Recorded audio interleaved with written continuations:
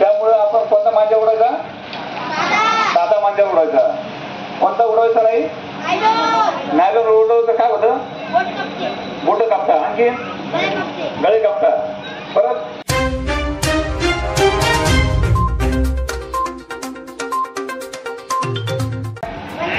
मांजाबंदी. कोणता मांजा?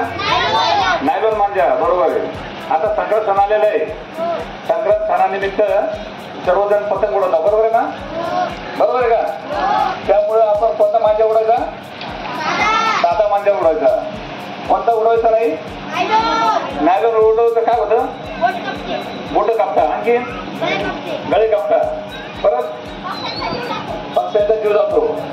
त्यामुळे सर्वांना आव्हान आहे, संपूर्ण नायलॉन मांजा वापरायचा नाही. नायलॉन मांजा वापरला तर तुमच्यावर गुन्हे दाखल होतील. तुम्ही जर वापरला, तुम्ही जर नायलॉन मांजा पतंग खेळले तर तुमच्या वडिलांवर गुन्हे दाखल होतील. त्यामुळे नायलॉन मांजा वापरायचा नाही.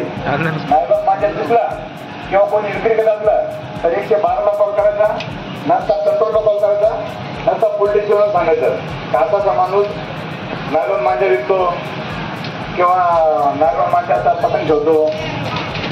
त्यामुळे आपल्याला सुरक्षित राहील. समजले सगळ्यांना?